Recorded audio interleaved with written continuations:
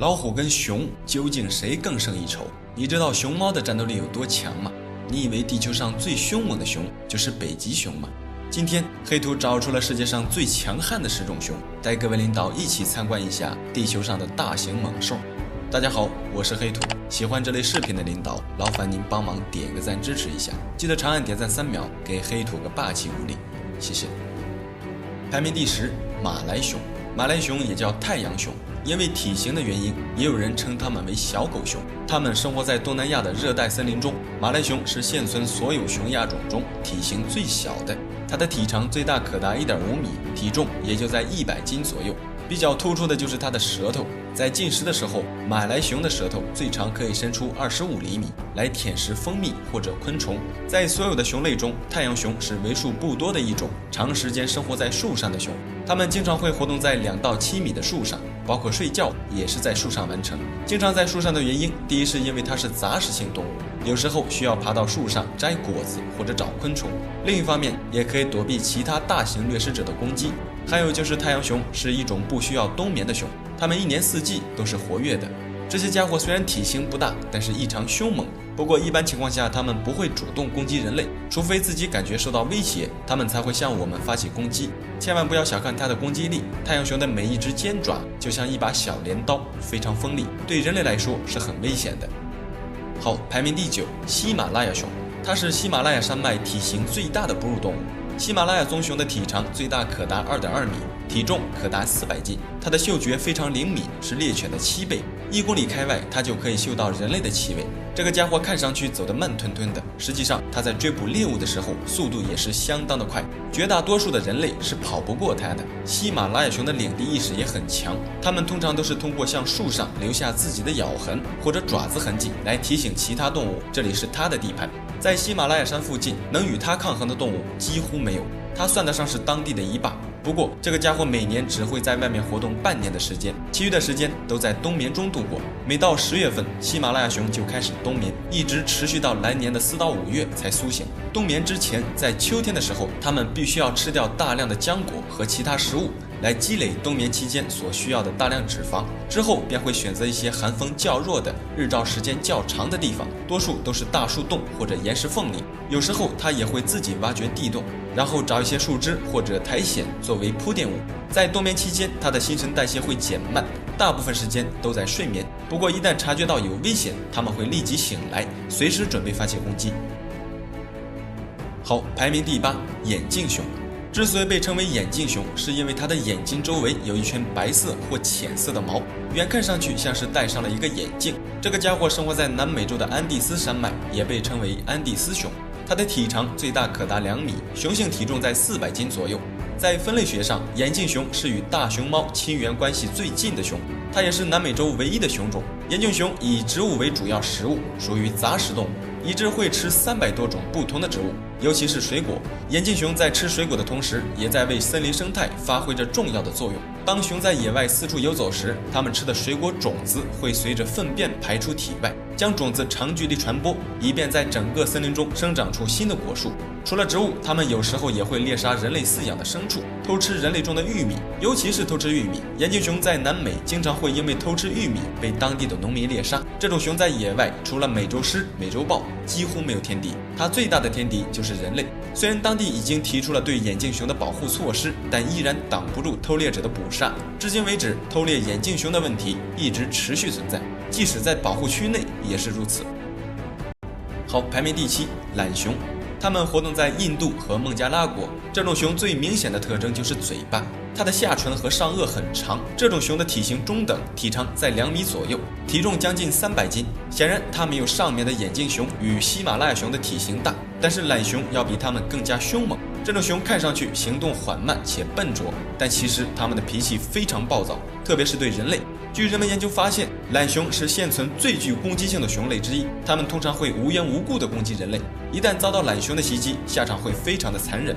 它们不会直接杀死受害者，而是会用嘴巴慢慢嚼碎受害者的四肢，直到变得血肉模糊，非常残忍。遭到懒熊攻击的人，即便是侥幸活了下来，大部分也会毁容，因为它会用它那长达10厘米的镰刀形爪子袭击我们的头部和脸部。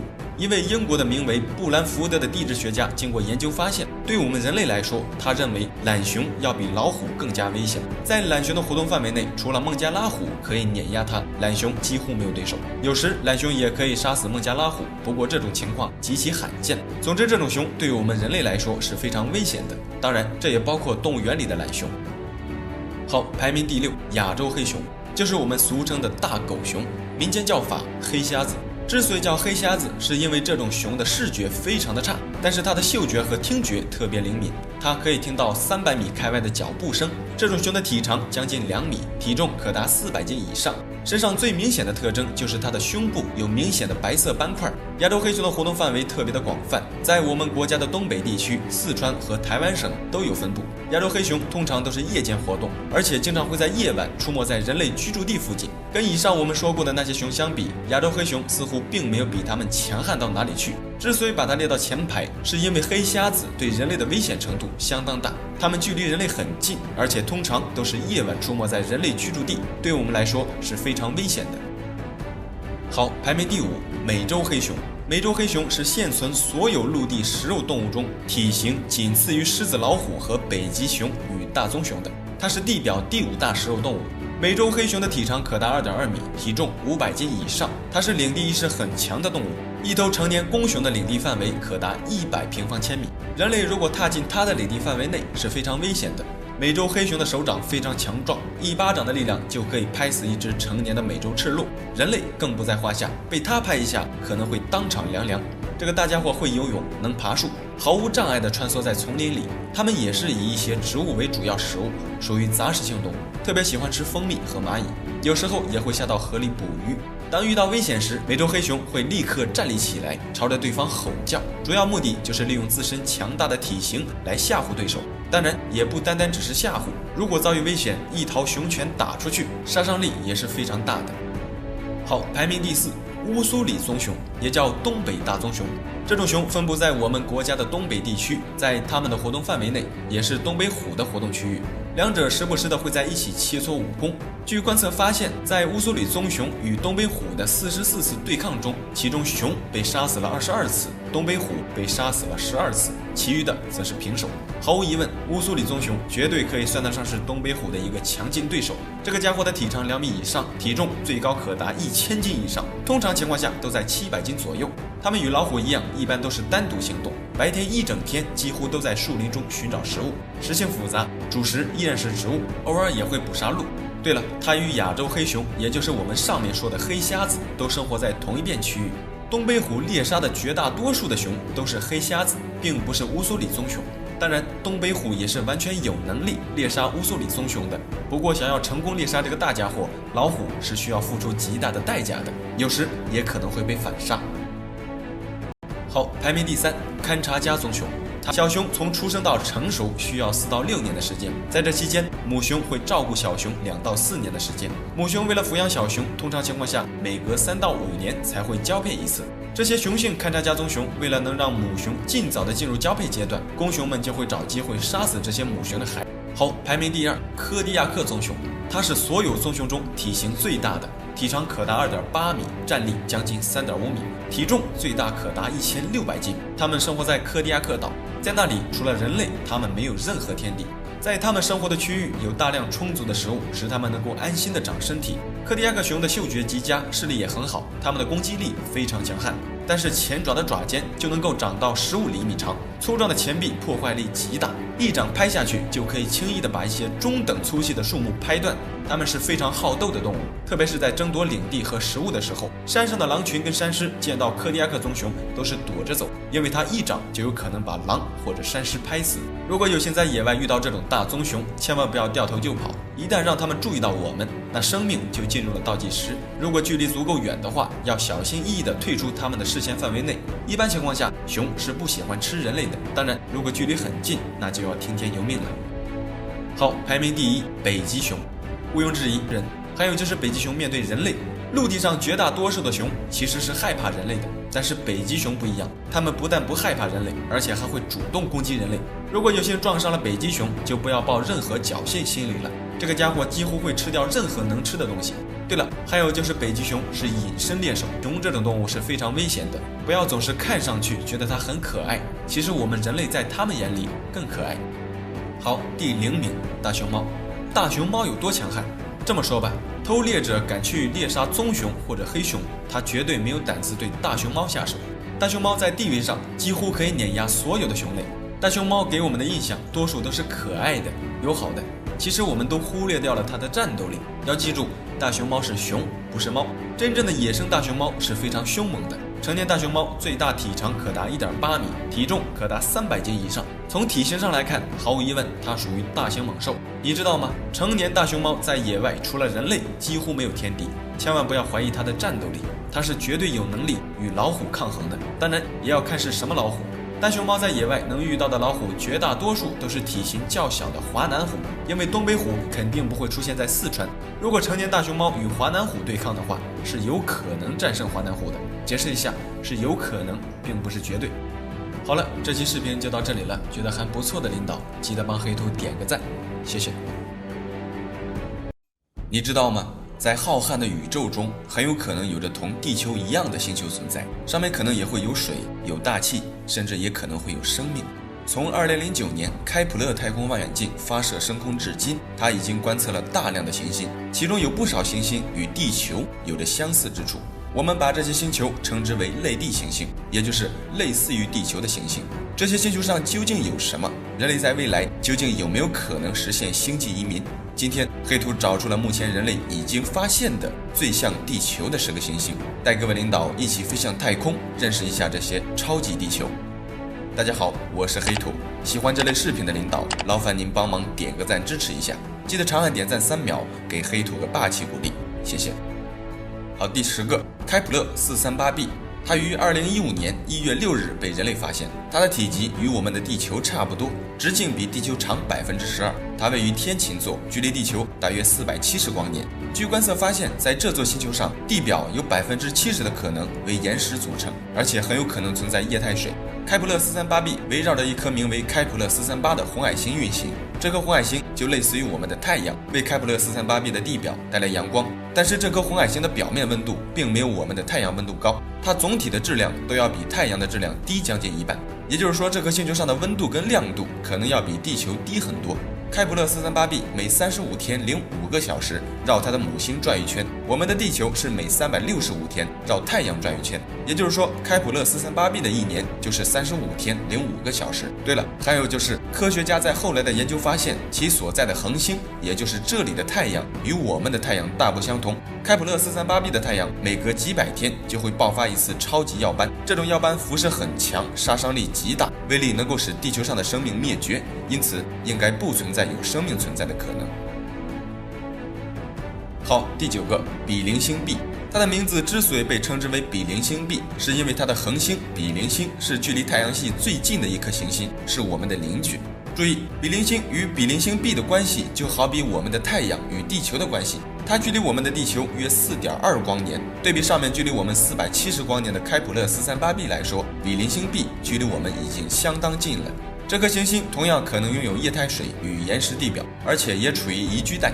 比邻星 B 与它的太阳距离仅有700多万公里。生活在这颗星球上，我们会看到一个很大的太阳，并且在这个大太阳的旁边还会有2个看上去较小的太阳。也就是说，在这里天空会有3个太阳。不过完全不用担心我们会被太阳烤熟，因为在这里没有昼夜交替，同样也没有季节变换，一面永远是炎热，另一面永远是冰冷的夜晚。而我们则可以生活在冰火之间的宜居地带，前提是这里的大气层要足够浓厚。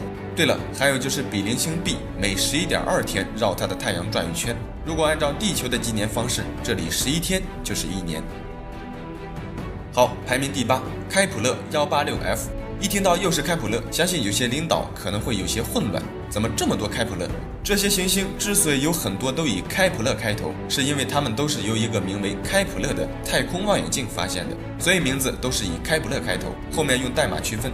好，这个开普勒186f的大小与地球非常接近，整体只比地球大约10%。它位于天鹅座，距离地球约500光年。它环绕其恒星的一圈是地球的130天，同样处于其恒星的宜居带。据观测，它可能也是由岩石组成，应该也会有液态水存在。整体来看，它与地球的相似度非常接近。可惜的是，它的母恒星，也就是它的太阳，并没有我们的太阳这么强壮。它的太阳要比我们的太阳更小，温度更低，亮度也很暗。因此，这颗整体非常接近地球的行星，地表温度应该会很低。在开普勒 186F 的表面，它的太阳在正午时的亮度仅仅与我们地球在日落前大约1个小时看到的太阳一样亮，因此这颗星球接受的辐射量要低于地球。虽然温度低，但是从整体来看，不排除出现生命的可能性。对了，还有一点就是由于它与其恒星的距离比地球与太阳的距离更近，因此它的自转速度可能比地球慢得多，它的一天可能是几个星期，甚至是几个月。好，排名第7，开普勒 62F。它被科学家认为是适合生命生存的星球，被列为宜居带候选者。开普勒 62F 是一颗系外行星，据观测发现，它位于宜居带，它的表面由岩石组成，部分表面被海洋覆盖。但是由于它距离恒星最远，因此它很有可能是一颗完全被冰覆盖的行星。经过研究人员的模拟研究后，发现其大气厚度范围比地球厚12倍，足以阻挡其恒星对地表的有害辐射。大气范围也与地球相同，这里很有可能与地球有着相似的季节和气候。它绕其母星转一圈的时间是地球的267天，一年就是267天。有水，有陆地，有大气，还有季节变换，这无疑是为生命的诞生提供了一个很好的条件。遗憾的是，它距离地球约1200光年，对人类来说仍是遥不可及。遥远的距离也限制住了人类对它更深入的探索，以至于开普勒 62F 上究竟有没有可能会出现生命，至今我们仍不得而知。好，排名第6，格利泽 667cc。听它的名字就知道它不是由开普勒太空望远镜发现的。没错，它是2011年由欧洲的一台名为 HARPS 的高精度天文望远镜观测到的。这颗行星与地球的相似度高达85%，它距离我们22光年，位于天蝎座。这里的一年只有4个星期，上面的温度适宜，对地球生物来说不太冷也不太热，而且满足液态水的存在。这颗星球同上面的比邻星 B 一样，一面永远是白天，另一面永远是黑夜。还有就是，如果身处这颗星球上，我们的体重会增加。如果在地球上你的体重是150斤，那么在这里就会变成240斤，整整比地球重了1.6倍。这上面究竟有没有演化出生命？人类到底能不能承受得了那里的环境？谁也不知道。所有的数据都是推测出来的，我们能够亲眼看到的只有它的外表。好，排名第5，开普勒 62E。它距离我们大约1200光年，同样处于其恒星的宜居带。对于寻找类地行星的科学家们来说，开普勒 62E 的发现是令人兴奋的，因为它的大小与地球相近，空中有非常多的云层，这里的温度与环境都是温暖潮湿的。由于云层遮挡，科学家们还不敢确定云层的下面究竟是陆地还是水。后来通过分析得出的结论，开普勒 62E 可能大部分被水覆盖，很有可能是一个庞大的水世界。这意味着，如果云层的下面如果都是水，那就极有可能出现生物，而且在这里可能潜伏着相当先进的水生生物。当然，这些都是我们人类的一些猜想。开普勒 62E 能够吸引这么多人关注的主要原因，就是这颗星球上存在水的几率要比其他的一些类地行星要大得多。同样，它可能出现生命的几率也要比其他的类地行星大。至少在我们人类的认知中，水就是生命之源。排名第4，开普勒 442b。这颗行星于2015年被发现，它距离地球约1115光年，与地球的相似度高达83%，它的半径为地球的1.34倍，上面有液态水和大气，而且很有可能是一颗具有固体表面的岩石行星，平衡温度为0°C40度，没有四季变化。如果这颗星球上的岩石成分与地球相似，那么它的地表引力会比地球强30%，我们走在上面会感觉非常的吃力。还有就是它的自转速度比地球要慢得多，在这里一天的时间会很长，有可能长达几个星期甚至几个月。整体来看，开普勒 442b 同样拥有诞生生命的良好条件。难以想象，假如这些星球上真的有生命存在，它们究竟会长成什么样子？各位领导开放脑洞想象一下。我记得之前看过一句话是这么说的，就是人类脑海中能想象到的各种大型生物甚至恐怖的东西可能都是存在的，即便不存在，那一定也会有类似的东西引导我们的大脑，因为人类的潜意识里根本不会出现世界上从未存在过的东西。好，排名第3，格利泽 518G。它被一个名为史蒂芬沃特的天文学家认为是100%存在生命的星球。他坚信，在这个距离我们约20光年的星球上存在生命。格利泽 518G 于2010年9月被人类发现，它位于距地球20光年的天秤座，它的质量是地球的3到4倍。科学家们从它的质量分析可以确定，它是一颗岩石行星，也就是说是有陆地的。它围绕着红矮星格里泽518运行，运行周期是37天，表面的平均温度可能在-12到-31度之间，地心引力接近地球或稍高于地球，极有可能存在液态水和大气。这里不会有日落和日出，一面长期受日照，非常炎热，另一面则永远处在黑暗之中，极为严寒。在两者之间的中心地带，或许可以找到适宜生命生存的宜居地带。这颗星球可以说满足了生命诞生的大部分条件，然而唯一不能确定的就是格里泽518纪上是否有大气的存在，因此人们也无从得知其大气的结构。如果这里的大气符合标准，那么在这颗星球上是极有可能同地球一样有生命存在的。好，第二个，开普勒452b，它被科学家们称为地球的表亲。开普勒452b的直径比地球大60%，其表面的重力几乎是地球的2倍。它围绕着天鹅座的一颗类似于我们的太阳的系外行星运转，它的公转周期为每年385天，我们地球是365天，它与地球的公转周期非常接近。据科学家进一步的研究发现，这颗超级地球很有可能有着陆地跟海洋，它的表面与我们地球一样被很多云层覆盖，按理说应该是有大气层的。最重要的是开普勒452b的位置，它的位置在其母恒星的宜居带，就等同于我们的地球处于太阳系的宜居带一样。总的来看，它与地球的相似度很高，而且确实拥有生命诞生的必要条件。由于它距离我们太远，科学家们还不能对它进行更深的研究，以至于这颗星球上究竟有没有生命存在还不得而知。对了，还有就是它的距离，它距离我们的地球大约1400光年。如果用当前人类最快的航天器新视野号探测器以每小时55000多公里的速度飞往开普勒452b，大约需要2500多年的时间才能抵达。如果未来人类冷冻技术可以实现，想要去往这颗超级地球也不是没有可能。好，排名第一，火星。黑土之所以把火星列到第一位，是因为以目前人类的技术来看，火星是人类最有可能实现星际移民的地方了。虽然它的条件并没有以上的那些好，但是它是人类绝对可以抵达的星球。不但如此，火星的一天与地球的一天非常接近，而且四季分明，只是季节长度约为地球的2倍。火星的运行轨道和地球的一样，而且它还拥有2颗天然的卫星。从目前人类对火星的探测，已经观测到火星上有类似地下水涌出的现象。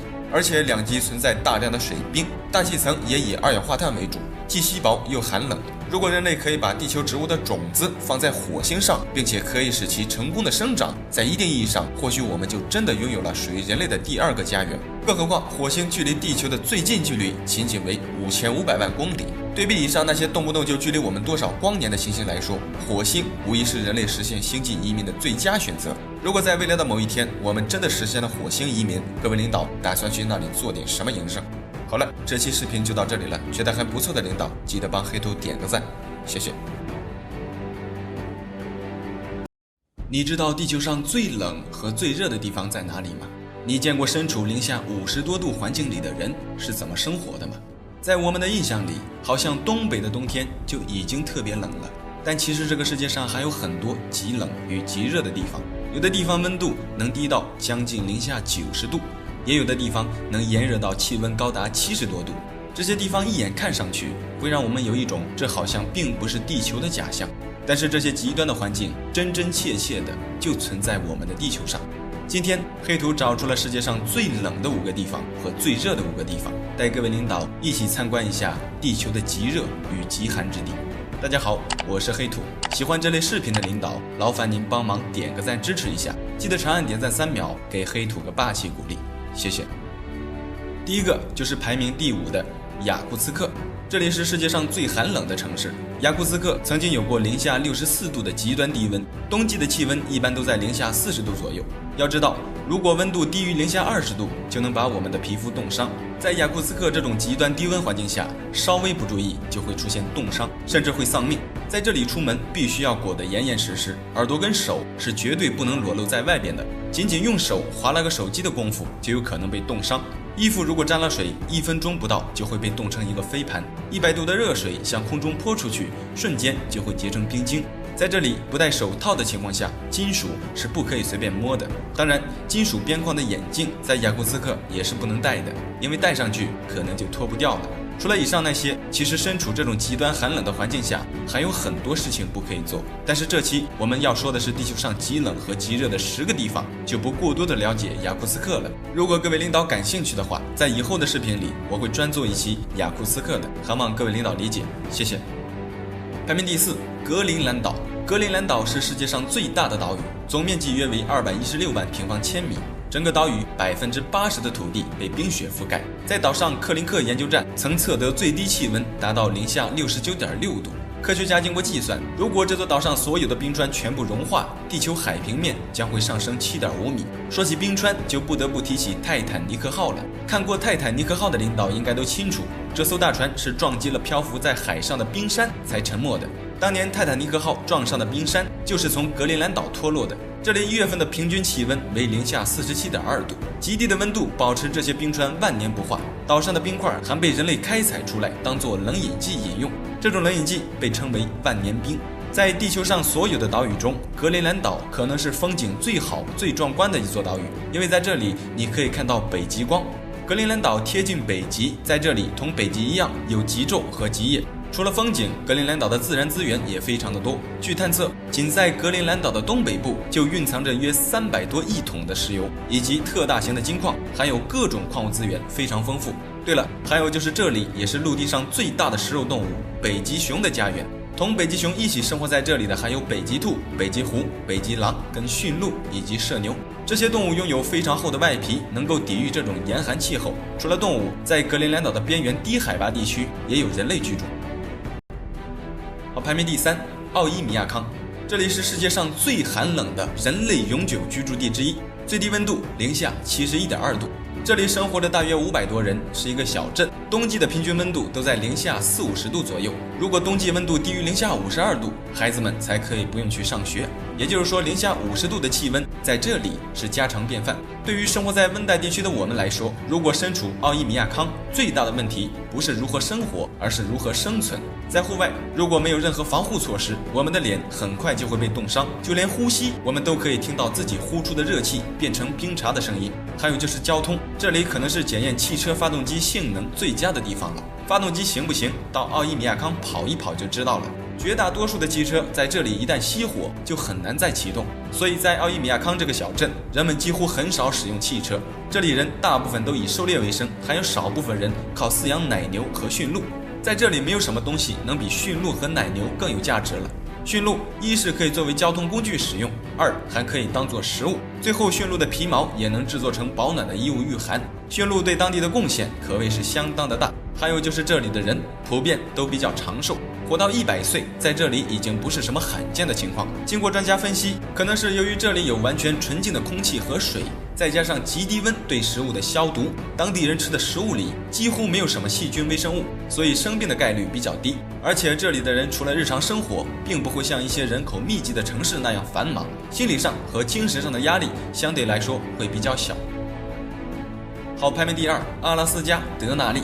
这里是北美地区最高的山峰，也是仅次于珠穆朗玛峰和阿空加瓜的第3大最突出、最孤立的山峰。解释一下，是第3大最突出的山峰，并不是海拔高度第3。纳德利的最低温度为零下73度，海拔6190米，环境极其恶劣。即便是这样，也阻挡不了一些冒险家的脚步。这里经常会吸引一些登山者前来挑战。然而，这里恶劣的气候阻挡住了绝大多数的登山者。但是，2003年前往攀登的人就有近100名登山者被这座山夺去生命。好，排名第1，世界上最冷的地方——南极东方站。东方站是1957年由前苏联建造，现在属于俄罗斯。它位于海拔3400米的南极大陆上，这里测得的最低温度为零下89.2度，年平均气温为零下55.2度，冷季的平均气温在零下66度左右。其实地球上最冷的地方就在南极大陆，南极的最低气温曾经出现过零下93.2度的极寒温度。这里除了寒冷，而且还特别的干燥。这里空气中的含氧量很低，而且还时刻刮着大风，风速有时可以达到每秒27米，环境相当的恶劣。不得不佩服前苏联，1957年他们就能够在这么恶劣的环境下建造科考基地。东方站从建立至今，期间有3次暂时关闭，原因是由于环境过于恶劣，履带车在那里都无法行驶，导致无法向站内输送物资跟设备，才不得不暂时关闭。如果我们身处这种环境下，就不是能不能生存的事儿了，而是能活过几分钟。好了，说完最冷的地方，以下我们再来看一看世界上最热的5个地方。好，最热的地方排名第5是撒哈拉沙漠。撒哈拉沙漠是世界上最热的荒漠，同时也是世界上最大的沙漠。它的面积约为930万平方公里，比美国还要大100多万平方公里。这里几乎80%的面积都被沙子覆盖。真正的撒哈拉沙漠深处几乎看不到任何水和生物，人如果身处撒哈拉沙漠深处，几乎1天都活不过。在没有水的情况下，人类大约可以活3天左右，但是在这里活1天可能都很难。这里全年几乎都不会下雨，更致命的是，撒哈拉的上空几乎没有云层，白天一整天地表都会受到太阳光的强烈照射。撒哈拉的最高温度可以达到55度以上，地表沙子的温度更是能够高达惊人的80多度。人走在上面，就真的像是走在烙饼的烙子里一样。当夏季来临，利比亚的阿基吉耶的最高气温曾高达58度，非常的炎热。除了炎热，这里时常会有沙尘暴，就算没有被晒死，也会被这里漫天的小沙粒给折磨死。这些小沙粒如果吸入到喉咙、进入眼睛、耳朵，都有可能给我们带来致命的危险。还有就是撒哈拉的昼夜温差很大，这里白天的温度将近50度，而到了晚上，最低气温可以降至0下。人在那种环境下是根本承受不了这么大的温差转变的。撒哈拉的严酷程度其实远超我们的想象。在很多影视剧中看到沙漠或者一些人开着越野车去沙漠越野，大部分都是沙漠的边缘地带。真正的撒哈拉沙漠深处，即便开着再好的越野车，也够呛能顺利走出去。这里就像是地狱，让人望而生畏。好，排名第4，火焰山。火焰山，各位领导应该都比较熟悉了。没错，它就是吴承恩《西游记》里提到的火焰山。火焰山位于新疆吐鲁番盆地的北缘，这里其实并不是一座孤立的大山，它是一条长达100多公里的山脉，海拔500米左右。火焰山是我们国家最热的地方，夏季的最高气温高达49度，地表温度高达89度。导致这里这么热的原因有很多，最突出的就是火焰山的地下有煤层。地下煤层经过多次地质运动后，有些地方的煤层就会裸露出来，露出的煤层与空气接触，氧化后积热增温，就会引发自燃。乌鲁木齐的硫磺沟煤田在清代光绪年间，这里的煤层就已经在地下燃烧，发现至今已经燃烧了上百年，直到2003年才被扑灭。除了煤层导致这里这么热的原因，还有就是地势。吐鲁番这个地方地势比较低，而且还身居内陆，远离海洋，四面八方都是干旱区，周围的地形正好围绕吐鲁番形成了一个盆地，地势低，热气又出不去，而且日照时间还长，自然就形成了一个天然的大火炉。虽然环境恶劣，但是不得不说，火焰山的景色还是非常壮观的。如果各位领导有空的话，可以亲自到这里看一看，这里应该已经被开发成旅游景点了。好，排名第3，美国死亡谷。这里是北美洲最热、最干燥的地方。死亡谷位于美国加州的沙漠谷地，它的面积约为1400多平方公里。这个地方是曾经夺走过很多人生命的险恶之地。除了叫死亡谷，它的别称还有干谷谷、葬礼山，这些听起来就可怕的名字。许多人葬身至此的原因，不外乎就是这里极度炎热的气候。死亡谷里的炎热与普通的干热不一样，这里就像是一个大蒸笼，而且是没有水蒸气的大蒸笼。死亡谷的最高温度高达56.7度。不一样的是，这里的50多度跟撒哈拉的50多度不一样。撒哈拉起码有风，但是死亡谷几乎没有风。这里的地势极低，是北美最低点。死亡谷的恶水盆地低于海平面以下86米，而且四面环山，被包围的水泄不通。从太平洋向内陆移动的水分都被周围的山脉拦下，因此死亡谷几乎很少会降雨。很早之前，美洲的一些淘金队在穿越死亡谷的路途中，有很多人都扛不住这里炎热的气候而命丧于此，特别危险。好，排名第2，卢特沙漠。卢特沙漠是地球上温度最高的沙漠，它位于伊朗境内，这里的最高气温可达71度。导致这里温度这么高的原因就是火山熔岩。卢特沙漠的地表被黑色的火山熔岩所覆盖，这些东西非常容易吸收阳光的热量。每年的6到10月份是卢特沙漠最热的时间，一般在这个时间段很少有人会去这里。但是到了冬季，这里的气温会下降到20到30度之间，但是白天与夜晚的温差会很大。除了拥有极高的温度，这里的风景也是非常震撼的。卢特沙漠特殊的地貌风景，每年都会吸引来自世界各地的游客前去观赏、拍照，特别漂亮。好，排名第1，埃塞俄比亚的达洛尔。这里是世界上最热的地方，也被称为地球的热极。达洛尔位于埃塞俄比亚，这里的年平均气温为34度，注意是年平均气温，也就是说一年四季这里都是炎热的。达洛尔的海拔低于海平面以下约130米，地球上最低的陆地火山就在达纳吉尔谷底，又称达洛尔火山。这里常年向外释放出大量的热量和腐蚀性气体，在滚烫的岩浆加热下，地下水沸腾，将溶解的盐分带到地表，然后经过阳光的照射，水分蒸发，留下的盐分就凝结在地表，形成绚烂多彩的颜色。在这里，人们就是靠开采这些盐矿为生。这里是比较偏远的地区之一，没有道路连接，去往这里的交通工具除了越野车之外，就只能靠当地收盐矿的骆驼商队。对了，还有就是地面上这些蓝色或者绿色的水，看上去特别漂亮，但是极其危险。这些东西具有强烈的腐蚀性，足以溶解我们穿的鞋子，特别危险。好了，这期视频就到这里了，觉得还不错的领导，记得帮黑兔点个赞，谢谢。